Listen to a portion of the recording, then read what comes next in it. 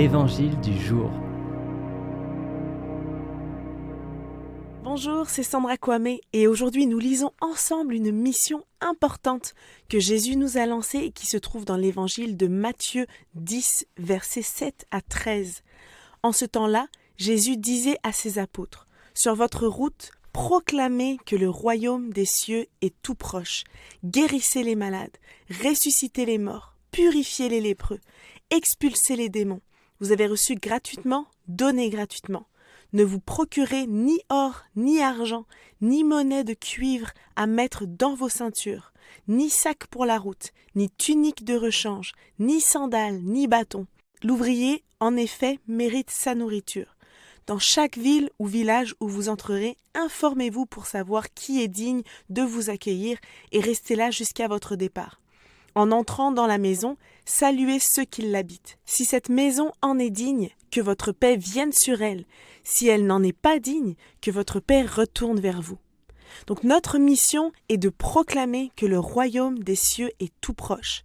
Mais pour pouvoir l'annoncer, il faut comprendre d'abord de quoi il s'agit. Lorsque Dieu créa la terre, son idée était de partager son royaume invisible avec ses descendants, appelés aussi l'humanité. Dès le commencement, Dieu désirait avoir une relation personnelle avec nous. Dieu est amour, c'est ce qu'il est, et c'est sa nature d'amour qui a motivé le roi du ciel à créer ses enfants à son image, avec sa nature et ses caractéristiques pour partager le règne de son royaume avec nous. Mais en désobéissant, l'homme a perdu cette place d'ambassadeur. Et depuis ce temps, l'humanité tente de compenser par toutes sortes de manières le vide qu'elle ressent. Satan se fait un malin plaisir de garder ces sujets dans l'ignorance du royaume de Dieu et de la vraie identité que nous avons, c'est-à-dire d'être des enfants de Dieu créés à son image. L'ennemi nous sature les pensées de mensonges et de supercheries, tentant de nous maintenir dans l'obscurité. Mais encore une fois, par amour, Dieu a envoyé son Fils Jésus dans le monde. Et son sacrifice à la croix nous a rétablis dans notre titre de citoyens du royaume des cieux. Ce qui fait que les ressources, l'autorité et la puissance de ce royaume sont à notre disposition pour être ses représentants sur terre. Et notre mandat est donc de proclamer la bonne nouvelle de ce royaume à un monde qui est perdu. C'est le mandat que Jésus nous donne dans notre verset du jour. Il est important que nous apprenions à vivre une vie digne du royaume afin que les autres puissent voir la différence entre le royaume des ténèbres et le royaume de Dieu. Le royaume de Dieu est un royaume de lumière qui apporte la grâce, la paix, le pardon, le salut de Christ. Et Jésus lui-même n'a pas arrêté de parler du royaume.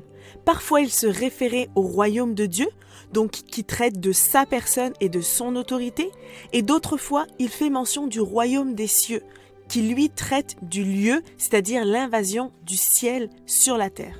Donc pour conclure, ce que tu dois comprendre aujourd'hui, c'est que nous sommes ses représentants et le royaume de Dieu sur terre est l'autorité de Dieu dans nos cœurs et notre esprit. Et le royaume des cieux se manifeste justement lorsque cette autorité agit à travers nous. Et nous qui représentons le royaume de Dieu sur terre, avons notre roi avec nous partout, grâce à son Saint-Esprit en nous, et nous pouvons apporter et annoncer son royaume partout où nous allons.